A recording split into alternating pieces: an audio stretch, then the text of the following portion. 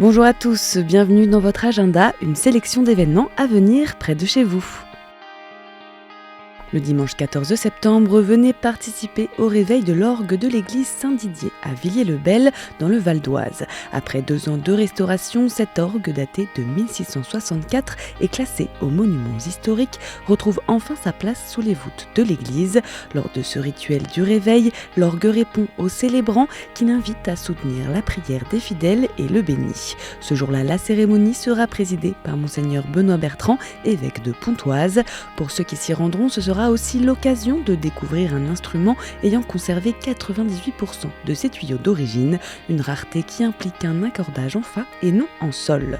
Pour plus d'informations, vous pouvez appeler la paroisse au 01 39 90 07 27.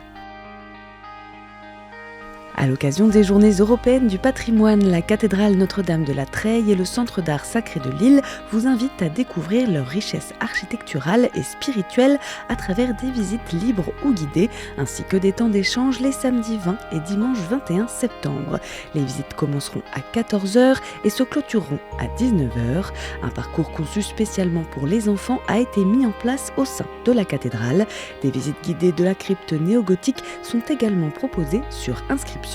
De 15h30 à 17h, sur le parvis de la cathédrale, vous pourrez assister à une présentation commentée de maquettes patrimoniales et d'objets d'architecture tels que l'épi de fêtage de la chapelle Notre-Dame de la Treille, la fleur de lys de la cathédrale de Tournai ou encore des outils traditionnels. Pour plus d'informations, rendez-vous sur le site cathédralelille.fr. La paroisse Sainte-Croix de Confluent dans le diocèse d'Agen vous invite du 26 au 28 septembre à un pèlerinage des familles à Notre-Dame d'Ambrus. Le pèlerinage débute le vendredi à 16h avec une adoration du Saint-Sacrement avec le chapelet médité, adoration qui durera jusqu'au lendemain matin. Samedi, vous pourrez vous confesser dans l'après-midi avant une messe à l'intention des malades. Le dimanche à 9h30, direction Ambrus depuis l'église d'Exintrelles, marche en chant et méditation du chapelet. La messe à Ambrus sera présidée par Monseigneur Alexandre de Bussy, évêque d'Agen. Un temps de témoignage des jeunes revenant de leur jubilé à Rome est prévu dans l'après-midi. Pour plus d'informations, contactez la paroisse Sainte-Croix au 05 53 79 63 14 ou par mail à paroisse.sainte-croix@diocèse47.fr. Rendez-vous sur les pas de Jeanne d'Arc à Domrémy dans le diocèse de Saint-Dié les 27 et 28 septembre pour célébrer le 6e centenaire des premières apparitions de Saint-Michel à la Sainte.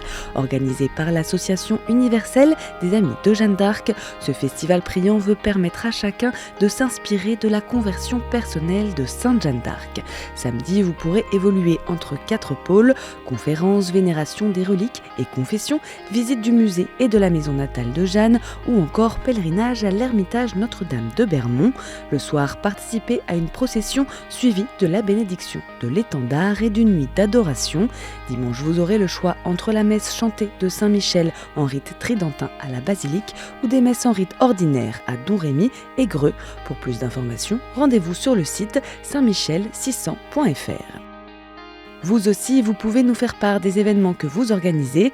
Pour cela, 2 solutions, soit par mail à l'adresse agenda@cateo.com, soit à l'adresse qui s'affiche sur votre écran.